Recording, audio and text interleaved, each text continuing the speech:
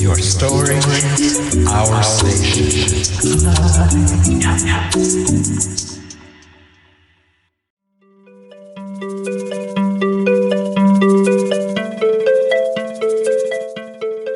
If you've ever felt trapped in that endless top 40 loop, you know the feeling. Same songs, same sounds, same safe choices. Like the world hit repeat and lost the button to try something new. Today, I want to introduce you to a crew that's built to do the exact opposite. Change the station entirely. Bullet End Flight is based right in the heart of the 505, Albuquerque, where the green chili runs hot and the creative energy somehow runs even hotter.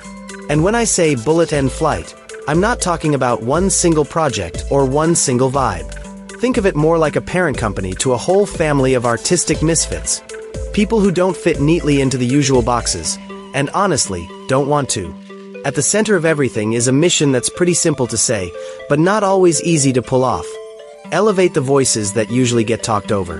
The artists who get labeled too niche, or too different, or that weird one, too Albuquerque. Whatever that's supposed to mean. If you've ever heard something like that about your work, this is your invitation to pull up a chair. Because that's not a deal breaker here. That's the whole point. Bullet End Flight is built around inclusivity, creative community building, and giving underrepresented artists the megaphone they deserve. Not as a trend, not as a marketing angle, but as the core identity. It's a response to a creative world that can feel gated, filtered, and overly polished, where the most interesting voices get told to tone it down so they can be easier to sell. And here's where it gets fun. Bullet End Flight doesn't believe in staying in one lane. Because why would you? Why drive a sedan when you could take a spaceship? The whole approach is more like, what does human expression look like across every format? And then going after all of it. Let's start with music, because that's a major part of the DNA. The mindset here isn't pick a genre and stay in it. It's more like, what's the vibe and does it hit? That can mean the spiritual charge of gospel, the late-night pulse of house music, the smooth storytelling and emotion of R&B, or even that classic country charm where life falls apart but somehow the drink is still cold. It's not about fitting into a category. It's about making something that feels alive. But it doesn't stop at music. There's a strong dedication to the spoken word too. Podcasts that get into the real stuff, not just surface-level chatter, and poetry that doesn't play nice. The kind that lands heavy, the kind that says what people avoid saying, the kind that reminds you words can still be dangerous in the best way. Then there's film and TV writing. Getting into scripts that actually have a heartbeat. Not another recycled reboot of a reboot. Not something designed by committee to offend the fewest people possible. The focus is on stories with soul. Stories with perspective. Stories that sound like they came from real lives, in real places, with real edges. And of course, the stage. Because there is nothing like live performance. It's unpredictable, it's electric, and yeah, anything can happen. And usually does. The stage is where art stops being an idea and becomes a moment, right in front of people who can feel it in real time. So why would an artist want to plug into something like this? Because being a starving artist has been romanticized for way too long, and it doesn't need to be the default. And being a lonely artist, trying to build everything by yourself, with no village, no network, no support, That's even worse. Bullet and Flight is about building that village on purpose. The goal is to take the talent that's been brewing in the Southwest, often overlooked, often underestimated, and project it outward. Not in a please notice us kind of way, but in a we're already here, and we're bringing the whole sound with us kind of way. Bullet and Flight positions itself as a launch pad, a safety net, and the hype you didn't realize you were missing. And let's be honest, a lot of people are tired of gatekeepers. Tired of needing permission. Tired of feeling like they have to sand down everything interesting about their work to be taken seriously. If that's you, this is a space that's built for finding your tribe. People who want loud, weird, real art, and who aren't afraid to make it together. If you want to get in the mix, deombase is https://just-dominic. And if you want the visuals, you can find the YouTube channel at @JustDominicMusic. Bullet and Flight Music, LLC is the company behind it all. And the invitation is open. Check out what's being built, listen to what's coming out, and if you're ready to change the station, this is a good place to start.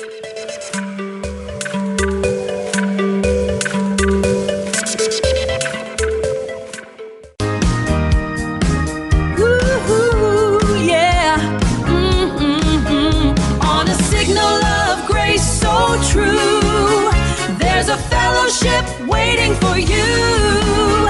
Christ Followers Network on Bullet and Flight Radio. Oh, on Bullet and Flight Radio.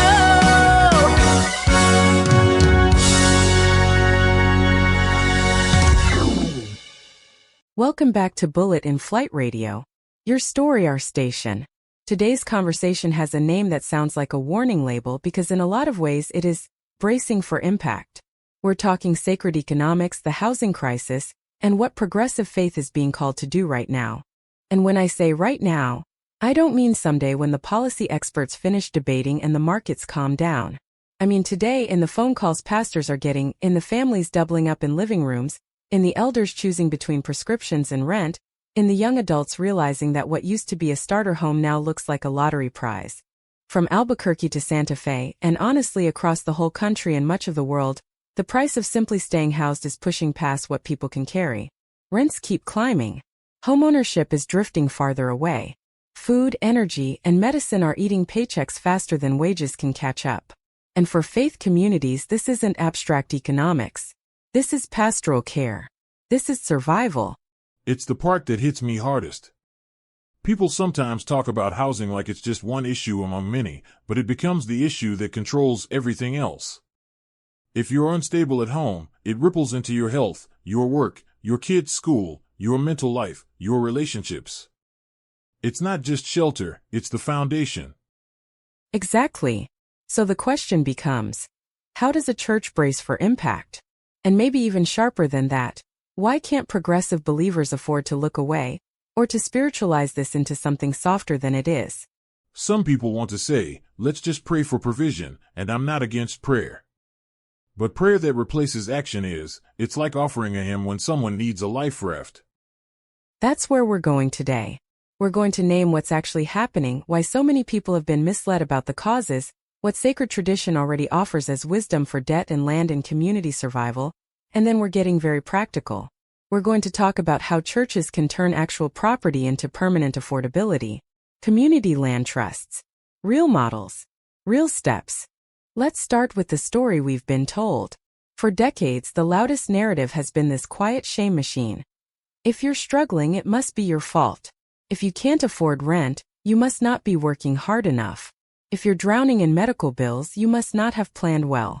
If your paycheck disappears on groceries and utilities, you must be irresponsible.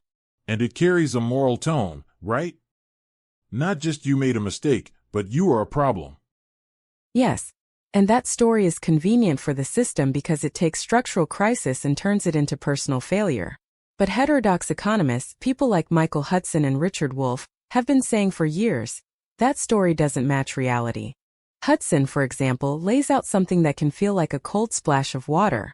He says modern economies have shifted away from production, making things, building real value, and toward what he calls rentier capitalism. That's where wealth grows not by creating but by extracting, by owning, by charging. by turning essentials into revenue streams. So, in that world, housing stops being primarily about homes. Right. Housing becomes an asset class, a financial product, something that private equity firms and big asset managers can collect, bundle, leverage, and bleed value from. The home becomes a debt engine. The neighborhood becomes a portfolio. Then you bring in Richard Wolff's point.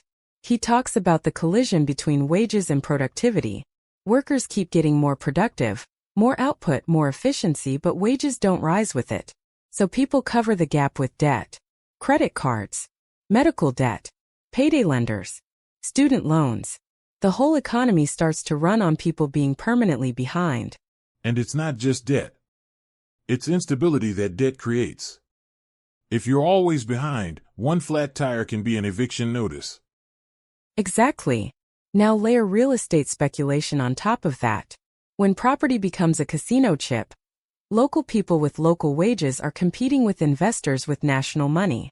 That's part of why places with lower purchasing power can get crushed when speculative influx hits. New Mexico's housing stress is not isolated. It's a local expression of a national machine. So the big point is, it's not that suddenly everyone got lazy. It's that the rules changed. Yes, and if the rules changed, then telling people to simply try harder is like yelling at someone to swim harder while you're holding their ankle.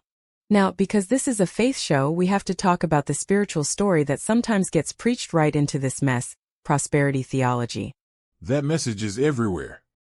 If you have enough faith, you'll have enough money. If you plant the right seed, you'll get the right harvest. And if you're poor, something's wrong with your spirit. And in an era of inflation, food insecurity, housing bubbles, and layoffs, that message becomes more than unhelpful. It becomes harmful. Here's why. First, it blames the victim. It takes structural exploitation and pins it onto an individual's supposed lack of faith, discipline, or spiritual status.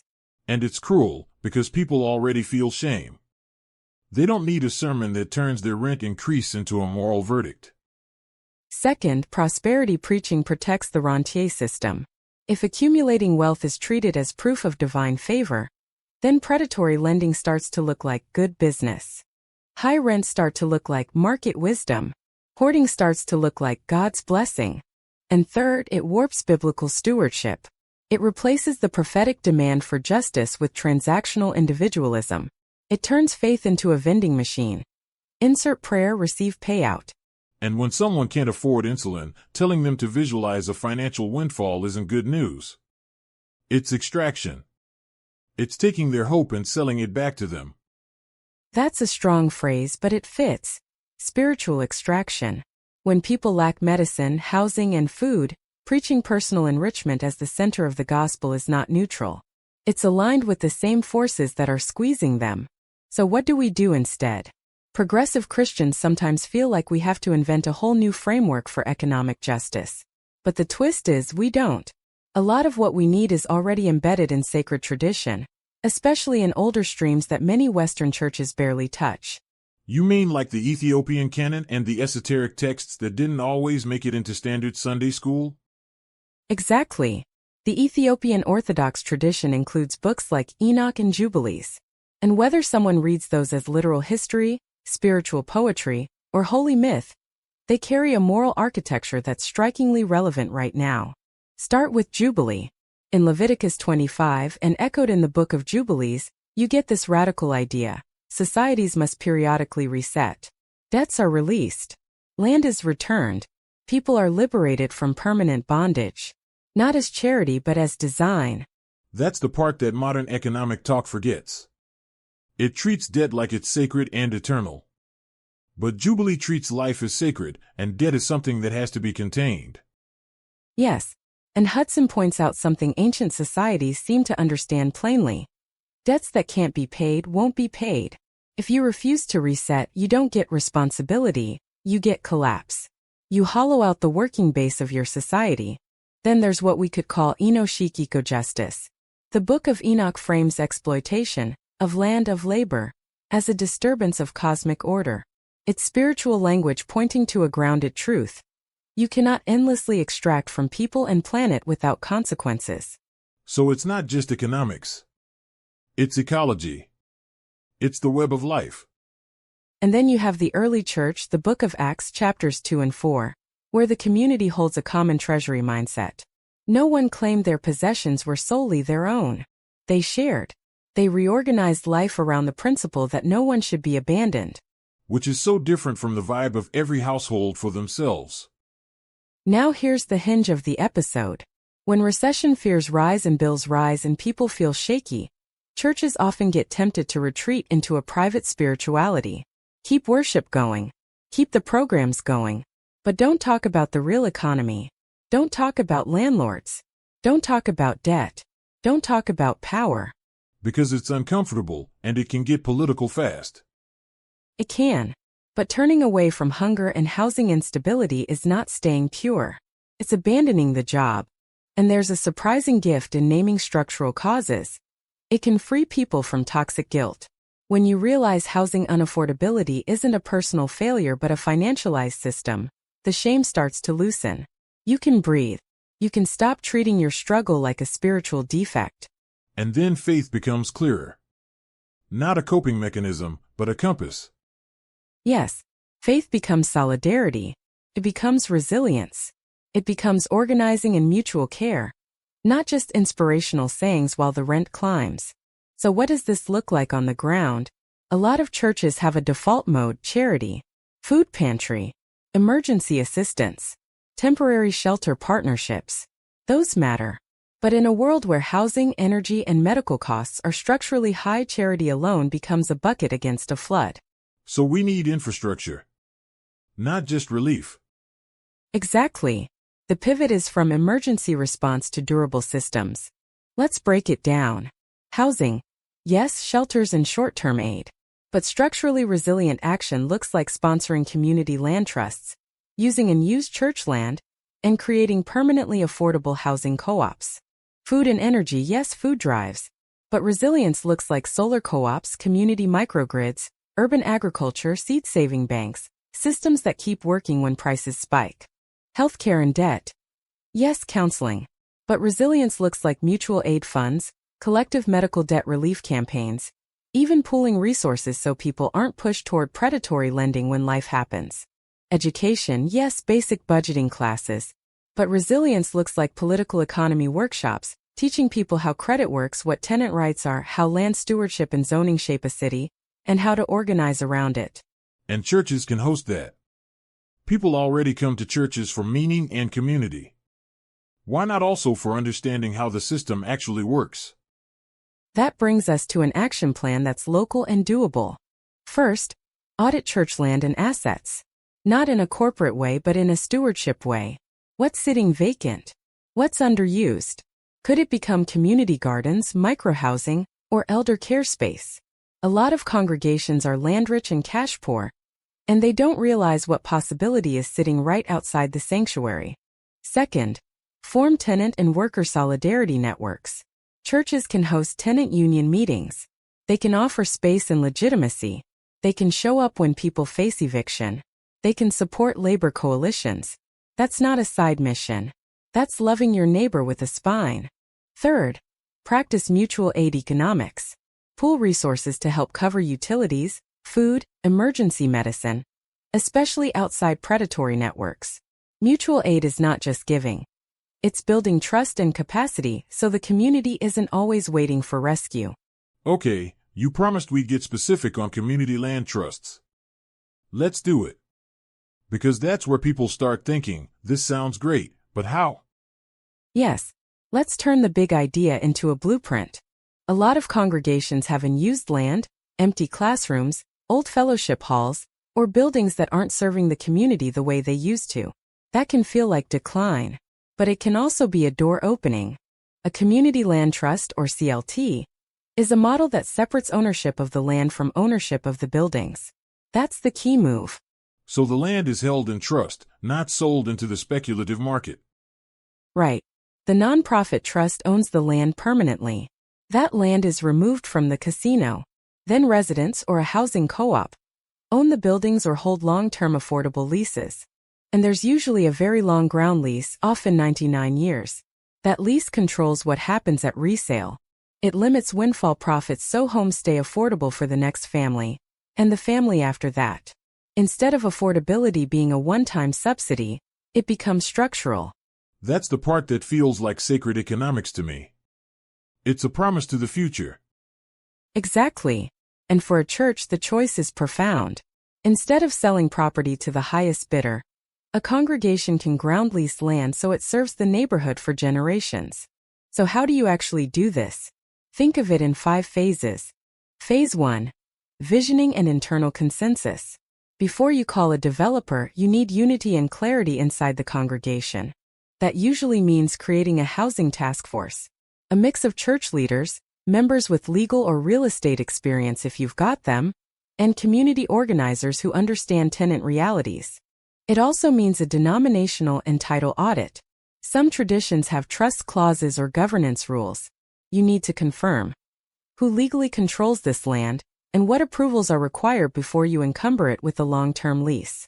And then, crucially, listening sessions, not just among church members, with the neighborhood, with tenants, with people who've been priced out.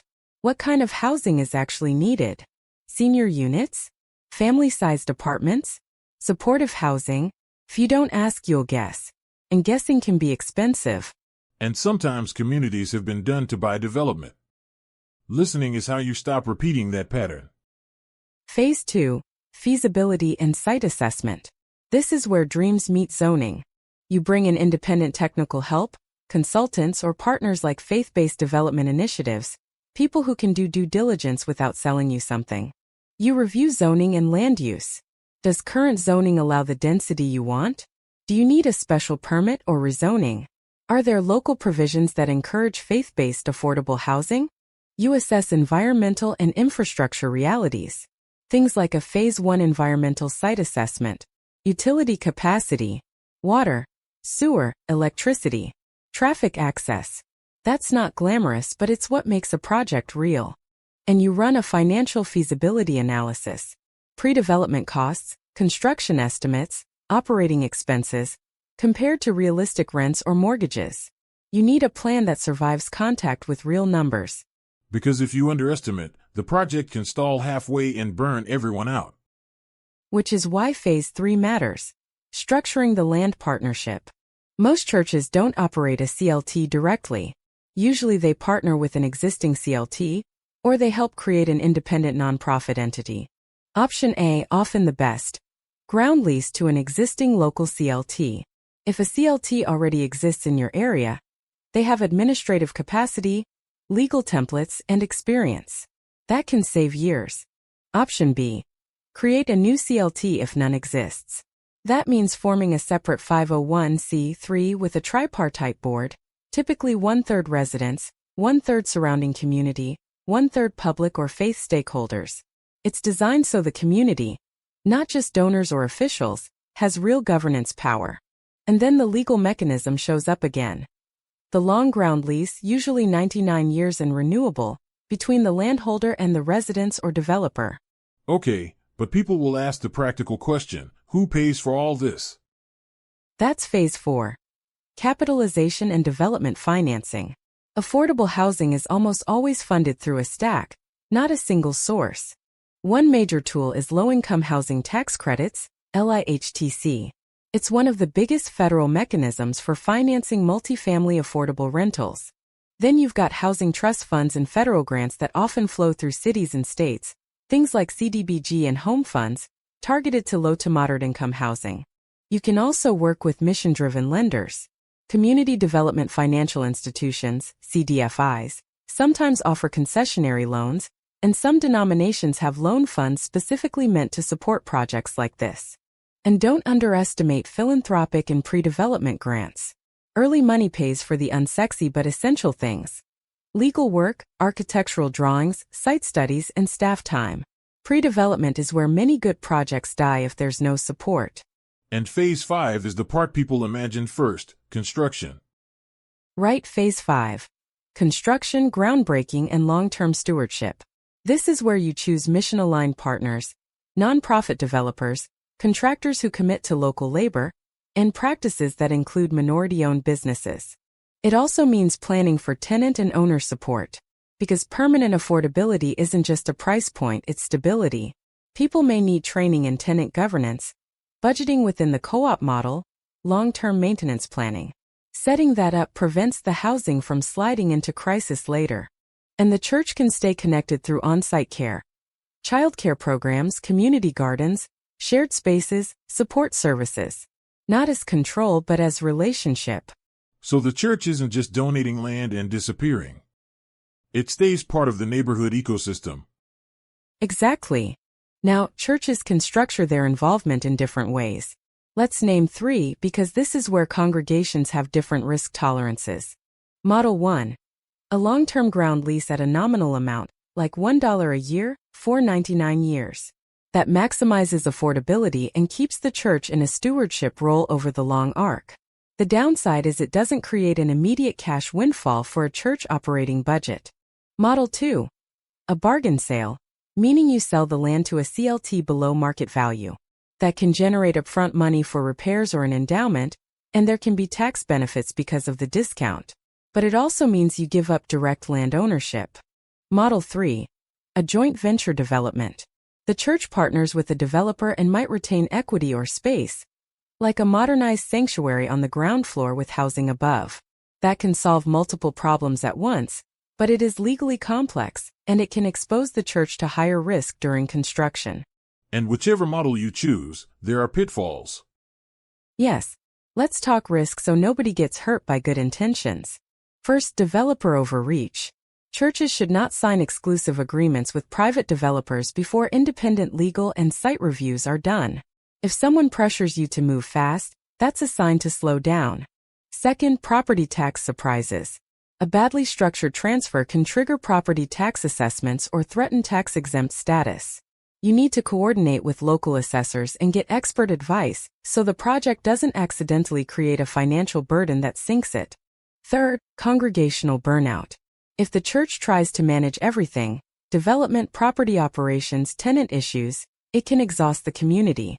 The church's role should be vision, stewardship, and neighbor support, while professional affordable housing operators handle day-to-day management. So the goal is sustainability, not heroics. Exactly. The point is not to prove the church is amazing. The point is to keep people housed. And when you zoom out, this returns us to the spiritual center. All of this, Jubilee debt resets, land held in trust, shared resources. These aren't modern political slogans that religion borrows. They're ancient moral technologies for keeping communities alive. And they confront the lie that says, if you're struggling, you're alone, and it's your fault. Yes, they replace that lie with a different sentence. You belong. The community has obligations. The economy must serve life. So if you're listening right now and you're a pastor, a deacon, a lay leader, or just someone who loves your neighborhood, here's the invitation. Don't wait for the impact to hit and then scramble. Brace now. Tell the truth about what's happening. Teach people the difference between personal shame and systemic design. Build mutual aid that reduces reliance on predatory systems. Open your building to tenant meetings. Look at your land as sacred possibility. And if you're not in church leadership, you can still be part of this. Ask your church what they're doing with their property. Ask if there's a housing task force. Ask if the congregation has hosted listening sessions with renters. Sometimes a single question starts a whole new chapter. Because the housing crisis isn't just a market trend. It's a moral crisis. And progressive faith at its best doesn't look away. It doesn't preach fantasy. It remembers Jubilee. It remembers the common treasury. It remembers that land and shelter are not trophies, they're lifelines. This is Bullet in Flight Radio. Your story, our station. If this episode stirred something in you, keep that stirring. Turn it into a conversation this week. Turn it into a meeting. Turn it into a plan. And when you're ready, turn it into homes. Permanently affordable, community-governed, and rooted in sacred economics. Well, the times they are a-changing fast. Some old truths just built to last. We're the Christ Following Network on Bullet and Flight Radio.